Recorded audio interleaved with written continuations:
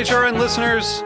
As we celebrate our 15th year, we are deepening our commitment to giving voice to the next generation of food systems storytellers, and we need your help. Our internship and fellowship programs help activate new possibilities for underrepresented and underestimated young people through experiential journalism, audio engineering, and production training.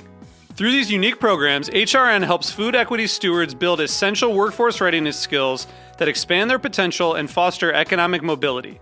Please consider supporting these critical programs. And with a minimum donation, you can be entered to win a dinner for two at an amazing restaurant in one of 8 cities and tickets to a concert at a great venue in one of those cities. We have incredible partners across the country who have donated, as they also share our passion for helping to educate the next generation of food systems storytellers. Check out heritageradionetwork.org/15 to donate and enter to win today. That's heritageradionetwork.org/15 to donate and enter to win today. And make sure you donate before March 31st. Thank you. Today's program has been brought to you by Fairway Market, like no other market, a New York City institution that sells the best local, national, and international artisan foods for prices that can't be beat. For more information, visit fairwaymarket.com. You're listening to Heritage Radio Network, broadcasting live from Bushwick, Brooklyn. If you like this program, visit heritageradionetwork.org for thousands more.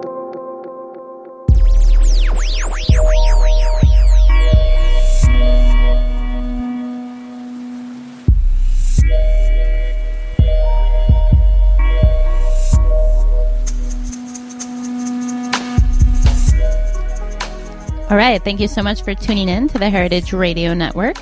You're listening to the Farm Report, and I'm your host, Erin Fairbanks. We are coming to you live from the back of Roberta's Pizza on a lovely day in beautiful Bushwick, Brooklyn. And today we're going to get a little wild. We're going to get a little crazy.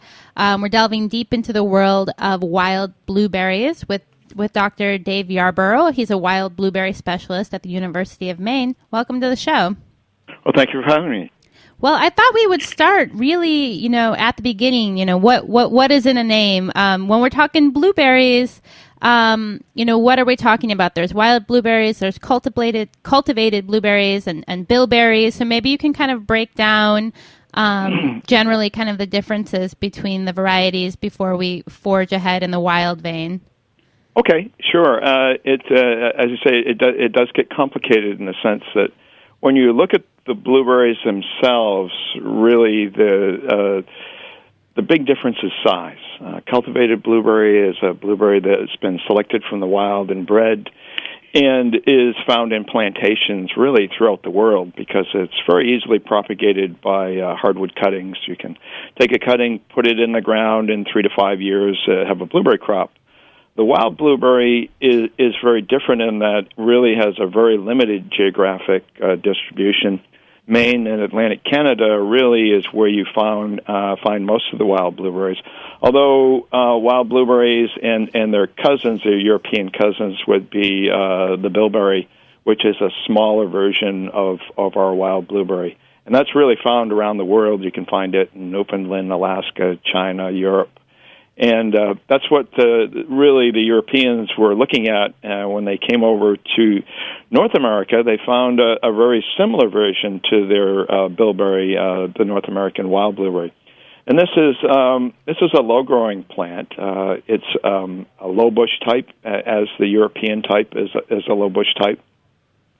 Cultivated blueberries, typically in the north, the northern high-bush blueberries grow from around 6 feet or more high. As you get further into the south, we have varieties called rabbit-eye blueberries, which is another type of high-bush, and these can get up to 30 feet. These are very vigorous in growth, and they also have smaller fruit, but these have been selected again and bred from wild plants to produce a much larger fruit. So fruit size is a big issue. Also, the utilization is very different. If you look at the wild blueberry, it's essentially an ingredient. It's something that we harvest once over, one-time harvest, and within 24 hours pretty much freeze them. 99% of the wild blueberries are frozen, whereas the cultivated blueberries really have been selected and bred for a much larger size of peel ease of harvest, and principally these go more than maybe 60% or so go right into the fresh market. So when you go to the supermarket, you tend to see the plastic containers with the larger blueberries, and these are the cultivated or high bush. Typically, the geographical distribution of the wild blueberry is fairly limited. Might get some into New York, but pretty much to just New England, Atlantic Canada, Quebec, maybe over into Ontario a little bit. You could get some fresh wild blueberries, but they're very scarce and very hard to find. And we find that when you do freeze them right away, that they retain their nutrition and flavor, so we don't feel we're really at a disadvantage of that. So I was going to say, so like my drives up through Maine in the late summer, stopping to pick, a quart or so of blueberries off the side of the road, that really only accounts for around 1% of sales is the fresh consumption. 99% of the berries are frozen for later use. Correct, yes. There's several large freezers, both in Maine and Atlantic Canada. There's only about a half dozen outlets that they go through this because the amount of money to set up one of these freezers goes into the tens of millions, and then storage along with that. So it's pretty expensive to set up an operation like that. But the roadside that you see driving up through Maine, yes, that's really a very, very limited amount.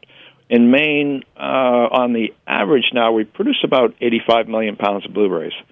So we have a fairly intense period of 5 or 6 weeks that we're harvesting in through the latter part of July into August, usually about up as far as Labor Day.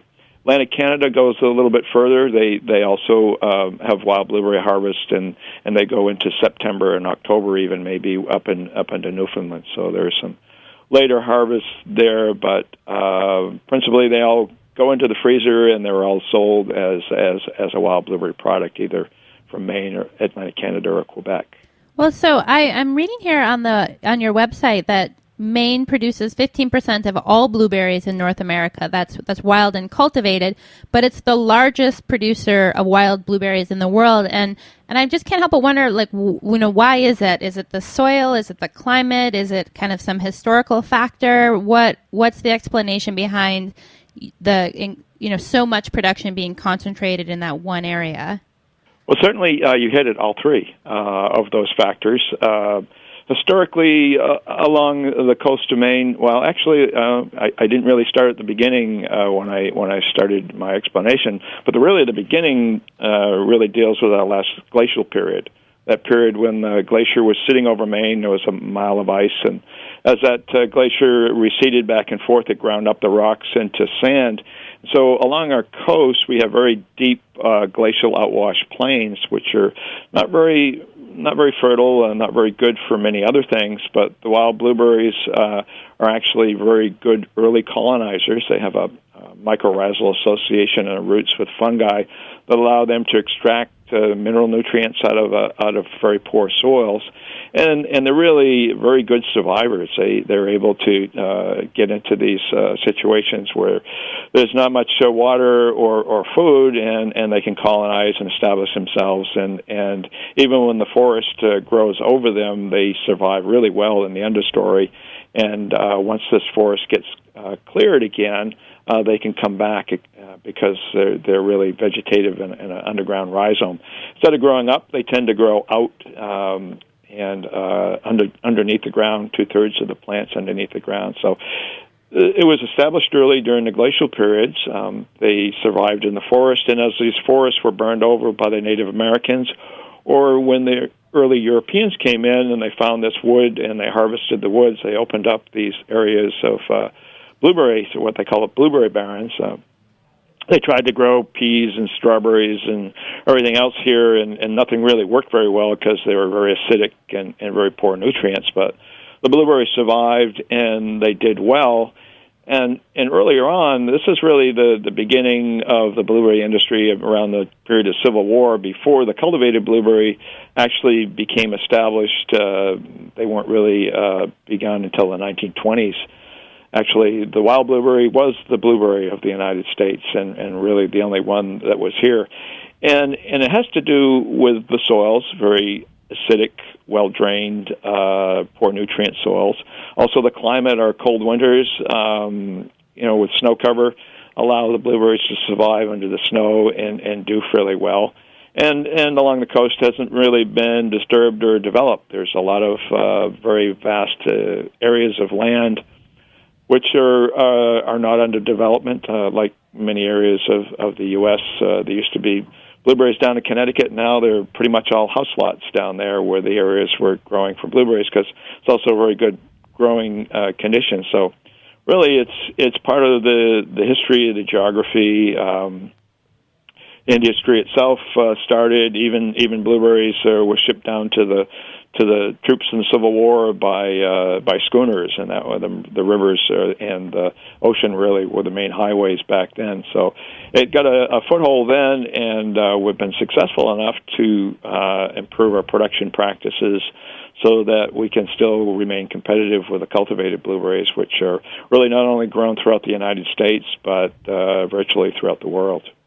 Well, so I want to talk a little bit about those management practices. I mean, I grew up in northern Michigan, and I have to tell you, I hated picking wild blueberries because that meant we, got in the car and drove out into the middle of the woods somewhere, and we're kind of foraging around in between the trees, kind of picking for what felt like, hours and hours and hours to my younger self for very, not a lot of yield, whereas when we went across the state over to Traverse City and we're picking from the cultivated bushes, I could see a lot of success really quickly. And so, when you say wild, I think people make this assumption that it's unmanaged, but that's not really the case. I mean, I know looking just at production levels in Maine over the last almost a century now, it seems that there's been periods where you've seen dramatic, growth from, by millions and millions of pounds of berries. And I'm looking in particular at, the 1990s and then, points in the 1960s where production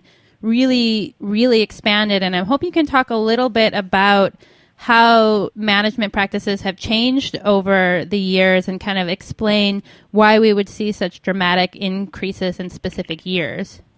Sure. I think what you were doing is really you were picking from wild blueberries in the wild, and usually, you're lucky if you get maybe 300 pounds an acre out or something like that. And when you compare those cultivated, and if we were still at that stage with our wild blueberry production, we'd be out of business. I mean, we couldn't compete with the cultivated blueberries at that point. Most of what you get from the wild blueberries principally is the pruning practice is the number one practice. And we used to burn the fields over, and this would take off the 2/3 of the top of the plant, and it would encourage new growth. And we'd have 1 year without any production, and the second year we would get much larger production. So this gives us kind of a fallow year and also breaks insect and disease cycle. So we've got a good pest management technique kind of built in there. With burning, we also burned up a lot of the debris of insects and any diseases in the soil, which is a positive thing, but it's getting much too expensive to do that nowadays, and there's also liabilities involved if the fires get away from you and burn up your neighbor's house. And So really, we've gotten away from burning. We find that if we prune the plants to within 1 inch of the ground, we can get the same effect. We get this rejuvenation of growth. That's number one. Number two really has to do with the weeds. And the weeds are very competitive. As I said, blueberries are a great survivor, but really they're lousy competitors. They're low-growing. They don't grow very fast. So a lot of things can grow up above them and shade them out and reduce the productivity. So we have a combination of cultural and chemical methods we use. We do use some herbicides pre-emergence that first year before there's any crop. We've also done some research with organic management, and we found that blueberries really do very well at a low pH, and this is a low pH going down to about 4. And not many plants, weeds, do so well at that pH, so we're adding sulphur to our soils to reduce the pH, and basically what this does is gives the advantages to the blueberries versus the weeds. And also the chemical herbicides that we do use, if we'd use them every other year, they would also selectively take out a lot of the competitive species that would reduce the yield. So with that, we've given the blueberries a chance, really, and even a chance to provide some extra nutrients or nutrients needed to fill in a little bit better and grow and make them more competitive. Normally, if you'd apply any kind of fertilizers without any kind of weed control plan, you'd just grow more weeds. So this really enabled us to produce a much larger crop. And that first big increase that we had basically in the 1970s was really a direct result to the use of these materials, herbicide materials. The next really step is once you get the plant up there and healthy is that you really need to have it pollinated. And pollination is really one of the major limiting factors of blueberries. In our fields, native pollinators maybe will give us 1,000 pounds an acre of blueberries. But if we want to get our blueberry yields up to, 3, 6, 9, 12,000 pounds an acre, then we really have to bring in pollinators. And Maine is the second largest user of honeybees in the U.S. Almonds kind of beats us out, certainly hands down. But Maine brings in, I think last year we had 74,000 hives of bees. So these bees enable the fruit to get pollinated, and with a reduction in weed competition, that also allows us to give us much greater productivity. The other limiting factors would be disease and insects, and we've got a very good integrated pest management program. There's a mummyberry disease that we see that causes the blighting of the plants, which is like the potato blight, kills the plants right back to the ground. We have weather stations out to look at the conditions for moisture and temperature. In any given year, we know when the conditions are right for disease, and we can protect the plants. Generally, 1 or 2 sprays. Usually, last year we just got away with actually 1 spray to protect the plant, and having 1 fungicide spray every other year is actually a pretty good record, I think, in minimizing that. Insect pests really are something that we have to monitor for, both chewing insects and fruit fly pests that do come in. We have trapping systems, and we go out and use these butterfly nets to sweep to see if there are insects in the fields, and we can find if they are there and if they're in sufficient concentrations to cause harm to the blueberries, then we can go out and spot treat those areas and try to minimize the amount of, again, insecticides that we put down. But we do find that if we don't protect the crop, we can lose productivity on the plants. Well, we have to take just a short break, but when we come back, I want to talk a little bit about who the kind of we is in your statements and with regards to kind of ownership of the berry patches. So hang tight. We'll take a short break, and we'll be right back. Okay.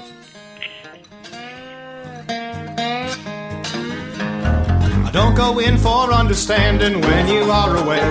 Can't use my heart to think away the time. In my room I will await you. You're listening to Josephine by the Hollows on the Heritage Radio Network.org. Stay tuned for more from the Farm Report. Josephine, you live in my dream. Sleep right by my side.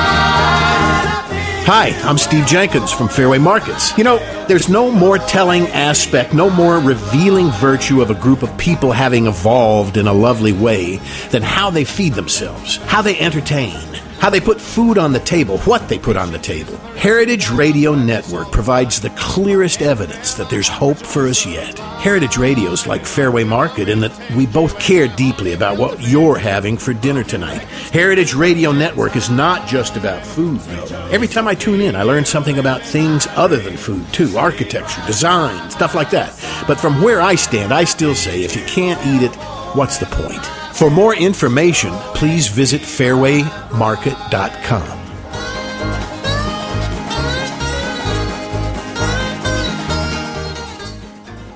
All right, we are back. Thanks so much for tuning in to the Farm Report. I'm your host, Erin Fairbanks, and we are on the line with Dave Yarborough, wild blueberry specialist up at the University of Maine. So, there's a lot in my head, I guess, when I'm thinking about wild blueberries with regards to the physical location and some of the history.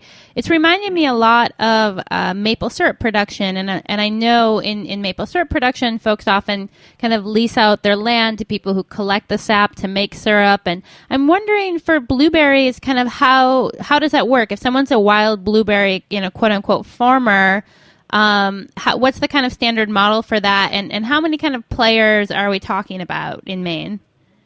Okay, it's kind of a funny situation. We have about 500 small blueberry growers in Maine. We also have a half dozen large processor growers as well. So some of the processor growers, one company is in excess of 15,000 acres, another company 8,000 acres. Most growers, I think when I did my survey, the average was 87 acres, but, there's really, I could count on both hands the number of people that have 1,000 acres or so. Most of them are pretty small, under 50 acres. These don't tend to be diversified farms. They tend to be fields that are scattered throughout the woods in Maine. Down east, Hancock and Washington counties are easternmost counties.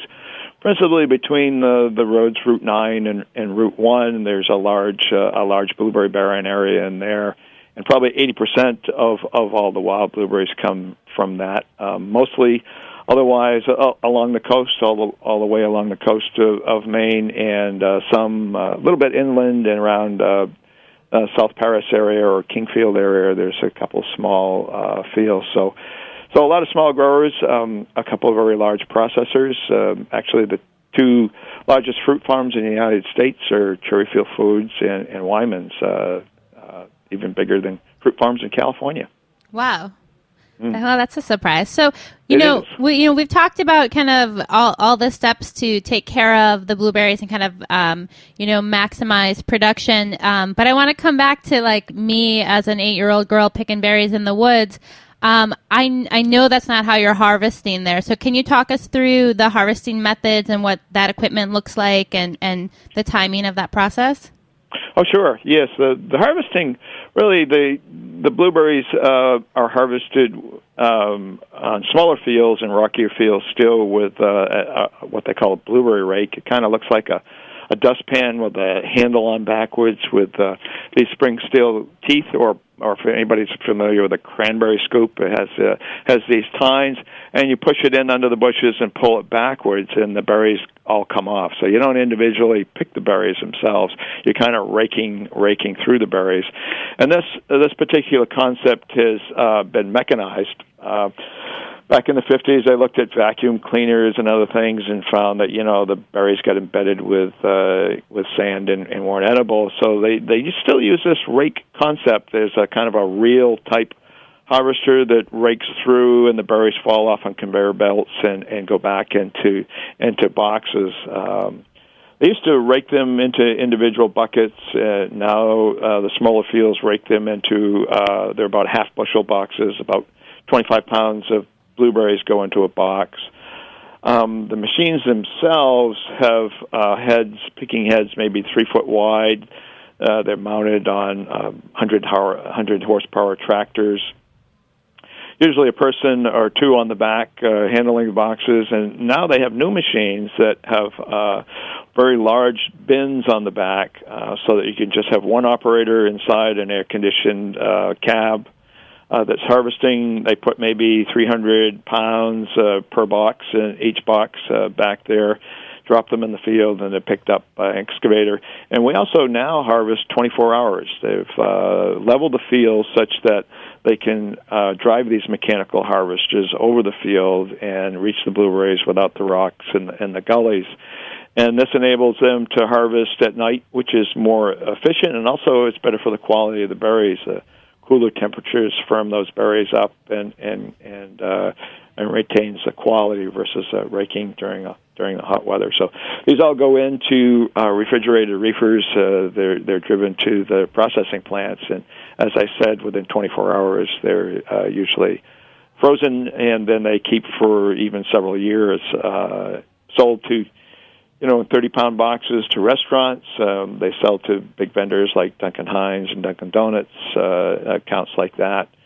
And so these really go into all sorts of jams, jellies, yogurts. Muffins is still the number one blueberry product, I think, out there that the wild blueberry goes into as well. So yes, it's a different world where we had 10,000 people come into Maine hand harvesting. Now there's probably less than 1,000, and maybe 300-400 machines doing it. So I'm just curious, the kind of wild blueberries, I mean, is that referring to the genetics then of the berry? Okay, yeah, that's confusing to people. You say you're doing all this management, why is it wild? Well, it's kind of like that. If you take something from the wild and you give it a name and you give it a home and you propagate it and you breed it to make it something different, then it becomes domesticated. And more or less, the USDA also calls wild blueberries tame blueberries, and that we're really taking a plant that established itself from a seed, maybe hundreds of years ago, is growing out and was growing wild when we find it. What we've done is we've cleared away the trees, we've cleared away the weeds, we've provided it with a way to compete better, and the genetics of the plant aren't any different at all.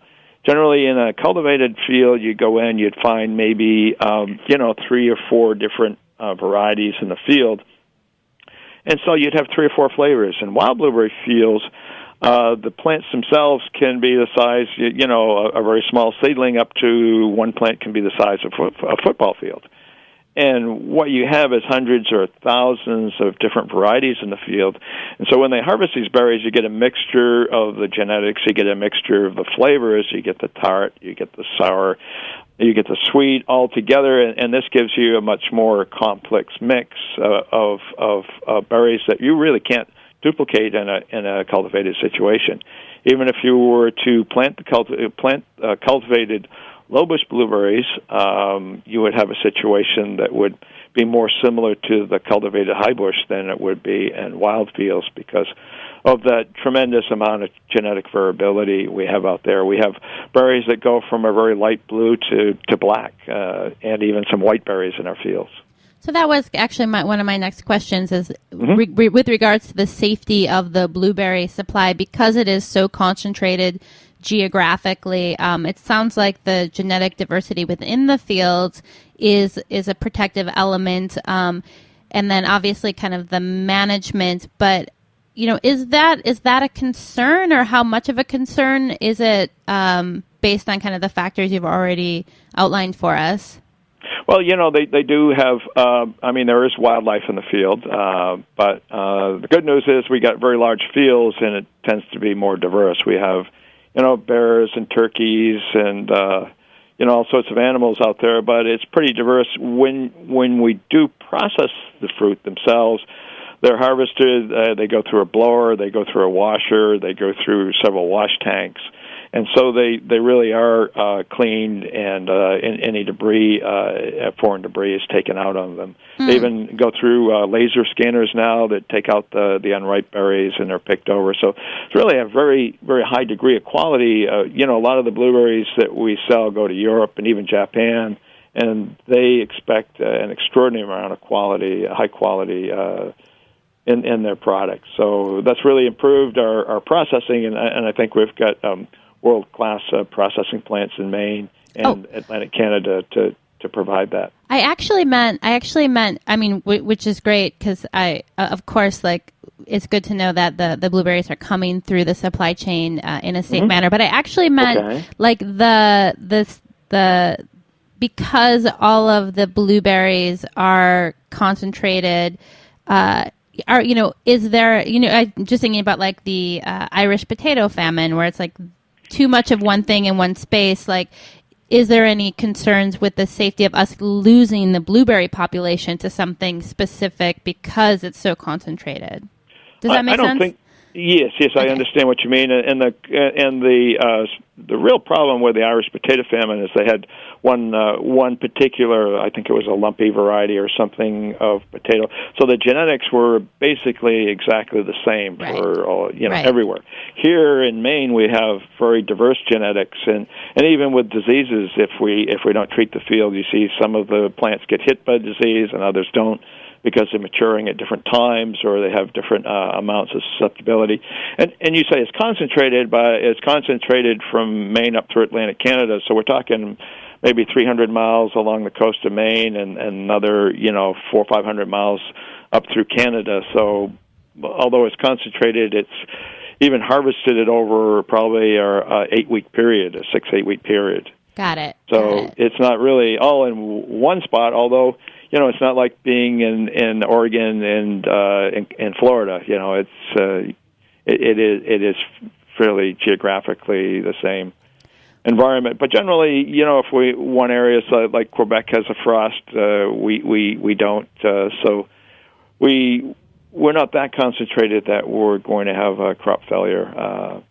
Who knows what's happened with the climate issues, and the weather has been much more variable, and we've had issues with frost in the spring, and actually it's increased the productivity of the plants, I think, in Canada, and also in Maine. We've got much longer springs. I did some work and found that we have probably at least 1 month longer growing season than we had in the 1950s in Maine.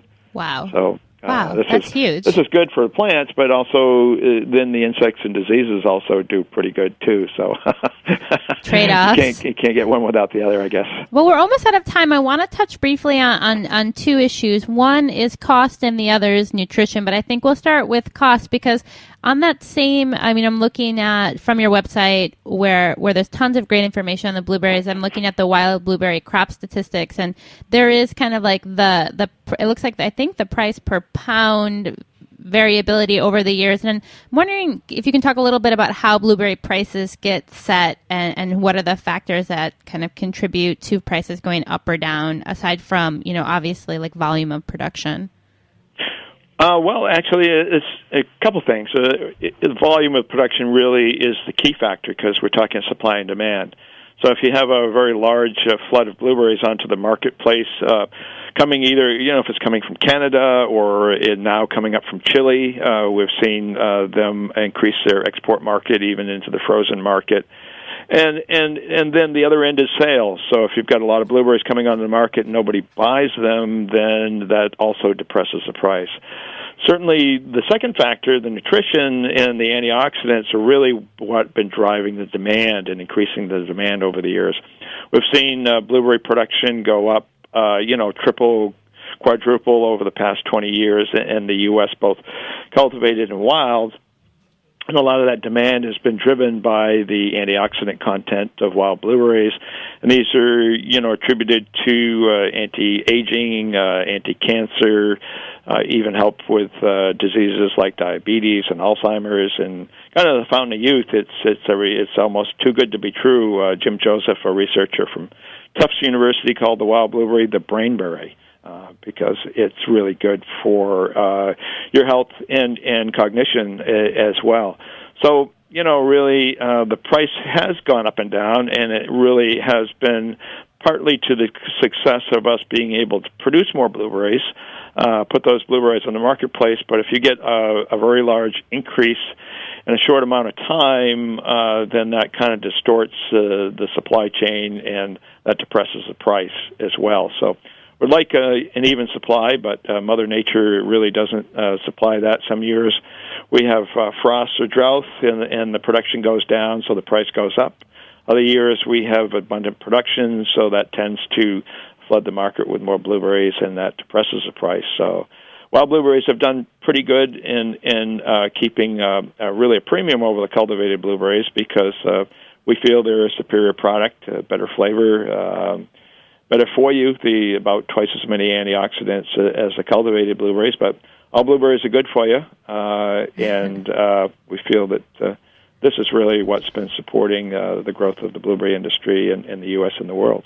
So what is, for folks who aren't lucky enough to live in Maine or be traveling through during blueberry season, is there a way, what's the best way for us to make sure like the maximum amount of our dollars are going back to Maine producers, or to look for Maine blueberries in particular?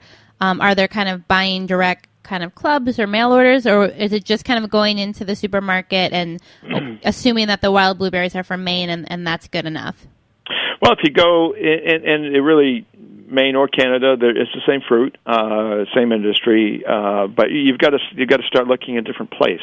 Everybody goes and looks for blueberries in the fresh market. What you need to do is come back around into the freezer on the other end, and Wyman's is a retail pack, and there's also some Canadians, Nature's Place, I guess, or that have a frozen berry, and this frozen berry really is better than those berries coming up from Chile in the wintertime. You see these little packets. The value is much better. The nutrition is much better than these fresh berries that might have been sitting on a ship for a month coming up under controlled atmosphere. These have been taken out of the field and frozen at the peak of ripeness, and the nutrients and the value and the flavor is much better in the wild blueberry. So just start looking in the freezer case, and if it's not there, just start asking the store to start stocking them. Awesome. Well, thank you so much for giving us the lowdown on wild blueberries. I think we can all walk away feeling a little bit like experts, so appreciate you taking the time out today.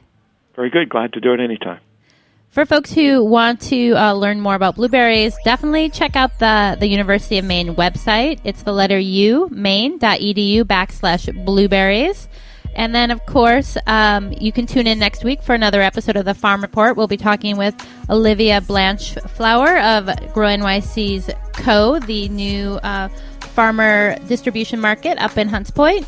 So stay tuned for that. This show, like all 30 of our live weekly shows, are available for free from our website, www.heritageradionetwork.org. Definitely, if you believe in what you're hearing, click that donate tab, become a member today. At the $120 level, we'll send you one of our awesome new tote bags. You can also find our programs by streaming through Stitcher Smart Radio and on iTunes. Just find them. Keep tuned in, keep listening, and we'll talk to you next week. Thanks so much.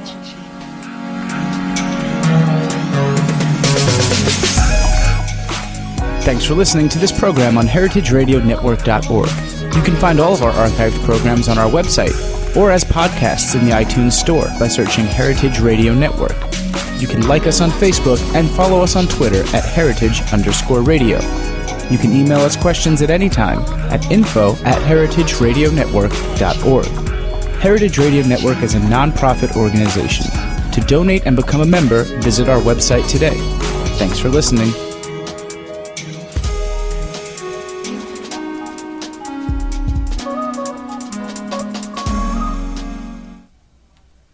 Today's program has been brought to you by Consider Bardwell Farm, the first cheese-making co-op in Vermont. For more information, visit www.considerbardwellfarm.com. You're listening to Heritage Radio Network, broadcasting live from Bushwick, Brooklyn. If you like this program, visit heritageradionetwork.org for thousands more.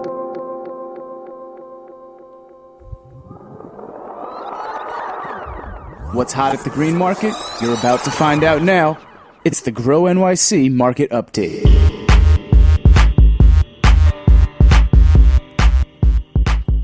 All right, another week, another Grow NYC Market Update.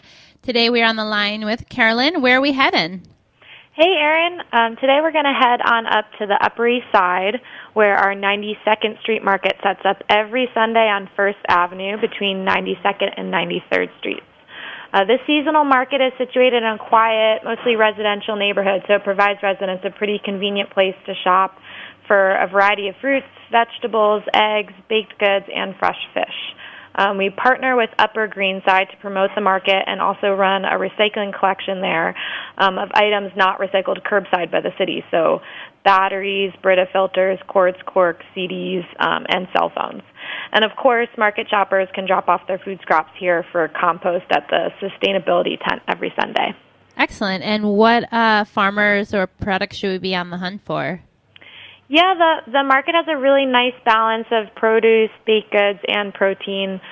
Standard brings veggies and orchard fruit from Washington County in New York, while Gonzalez Farm offers beautiful vegetables and some Mexican specialty products like popolo, which is one of my favorite herbs. It's really unique and kind of tastes like cilantro. And then rounding out the produce on offer at this market is Phillips Farms. They're bringing vegetables from New Jersey, and also Norwich Meadows, which has some beautiful certified organic vegetables as well. American Seafood brings fresh wild-caught fish and shellfish in from Long Island, which is a really nice treat to be able to have on a Sunday on the Upper East Side. Unfortunately, they won't be attending this coming weekend, but they'll be there every following Sunday all through the fall. Of course, we can't forget about Meredith's Bakery and Bread Alone. They're both offering freshly baked breads and pastries. I'm personally a sucker for Bread Alone's Morning Glory Muffin. I just think it's the best way to start the morning at the market. Also, every week, representatives from the NYC Department of Health Stellar Markets conduct cooking demonstration and nutrition education for market shoppers. The Stellar Markets nutritionists do a really fantastic job of showing shoppers how to use locally grown seasonal produce from the market to make really simple, healthy, and delicious meals. Their demonstrations and their nutrition education workshops are always super engaging, and they go on throughout the market day. Specifically on Sunday, September 15th, Pam, the market manager, is planning a dog portrait day for 92nd Street shoppers, which should be a lot of fun. So make sure to stop by the market information tent to have you and your pooch's photo taken with a really attractive display of the autumn bounty. Oh, nothing like getting ready for some holiday cards in the future, I think. Exactly. So while we're up in the neighborhood, what else should we be making sure to check out? Well, actually, this coming Sunday, the 8th, would be a great time to visit because the 3rd Avenue will be closed off from 66th Street all the way up to 88th Street for another of NYC's famous street fairs. So we will be setting up a mini pop-up farmers market within the street fair between 84th and 85th Streets. Beth's Farm Kitchen will be there, Nature's Way Honey, Red Jacket Orchards will be there with their juices and their fruit, and Aunt Shirley's Cupcakes will be there as well, so definitely come find us there. If you're looking to escape from the hustle and bustle of the city, then I would definitely recommend hitting up Carl Schurz Park. It's got this great waterfront promenade right on the East River, and it's also the site of the beautiful Greasy Mansion. When I first started with Green Market, I actually managed our 82nd Street Market on Saturdays, and one day while I was walking home from market, I stumbled upon Glasser's Bake Shop, which is on 1st Avenue and 87th Street, and it's a traditional German bakery that's been open since 1902, and is now still in the family.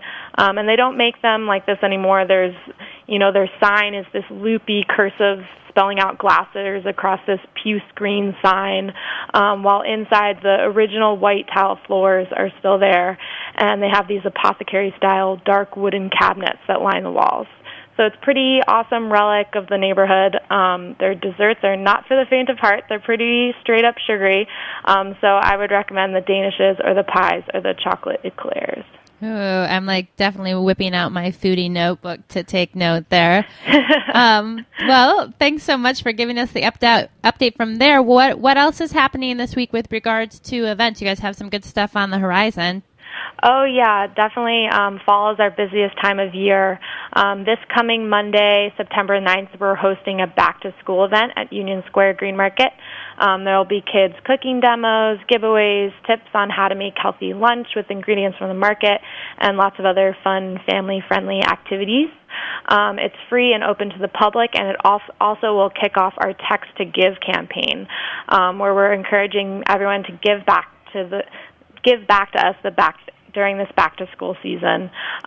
So from September 8th to 14th, you can donate to Grow NYC education programs from your mobile phone. We're making it very easy. Just text GROW to 41444 to give a $10 gift.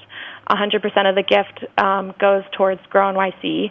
And each year, our education programs reach over 20,000 New York City students. So if you want to learn more about our education programs, I would definitely encourage you to visit www.grownyc.org/education. And then coming up Sunday, September 15th, the Tompkins Green Market is hosting a salsa off. So if you think you have the best salsa recipe in the East Village, definitely sign up to participate by emailing the market manager, Kathleen, at kcrosby@grownyc.org. On the horizon, the Union Square Partnership is holding its annual Harvest in the Square on September 17th, so we'll definitely be talking about that more next week. Otherwise, you can visit grownyc.org/ourmarkets to find out more about cooking demos, book signings, giveaways, and more happening each week at your neighborhood green market. Awesome. Well, thanks so much for the great update, and we'll be sure to be out and about checking out the green market events this weekend. Thanks so much, Erin. For folks out there who want to get the most up-to-the-moment green market info, definitely find them on Twitter, Facebook, Instagram, whatever your preferred social media feed is. And, of course, tune in next Thursday for another episode of the Grow NYC Market Update.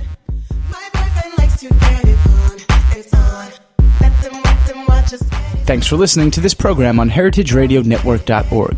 You can find all of our archived programs on our website or as podcasts in the iTunes Store by searching Heritage Radio Network. You can like us on Facebook and follow us on Twitter at @heritage_radio.